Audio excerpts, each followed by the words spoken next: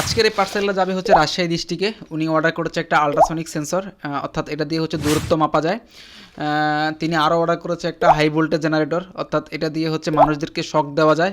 অনেকে হচ্ছে electric man নিজে বানায়, অর্থাৎ গায়ে স্পর্শ করলে শর্ট করে। তিনি আরও অর্ডার করেছে RFID কার্ড, আচ্ছা, অর্থাৎ মেট্রো রেলে যে কার্ড আমরা ব্যবহার করি অনেকটা সেরকম। তিনি আরও অর্ডার করেছে টেম্পারেচার সেন্সর, অর্থাৎ DST-11, এটা দিয়ে হচ্ছে তাপমাত্রা এবং ঘরে কী পরিমাণ আর্দ্রতা আছে সেটা মাপা যায়। তাছাড়া তিনি আরও অর্ডার করেছে BC557 দুটো ট্রানজিস্টর, দেখতে পাচ্ছেন। তিনি আরও অর্ডার করেছে ফ্লেম সেন্সর, অর্থাৎ আগুনকে ডিটেক্ট করার জন্য। তারপর তিনি অর্ডার করেছে একটা 16x2 নীল কালারের যে ডিসপ্লে আছে সেটা, এবং ডিসপ্লের সাথে কানেক্ট করার জন্য হচ্ছে একটা I2C মডিউল, অর্থাৎ I2C মডিউলের মাধ্যমে ডিসপ্লেকে খুব সহজে চালানো যায়।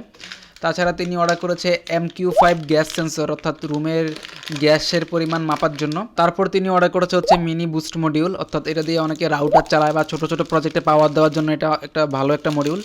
তারপর তিনি অর্ডার করেছে LDR, অর্থাৎ রাত হলে বাতি জ্বলবে, দিন হলে বন্ধ হয়ে যাবে, এরকম প্রজেক্ট তৈরি করার জন্য LDR সেরা।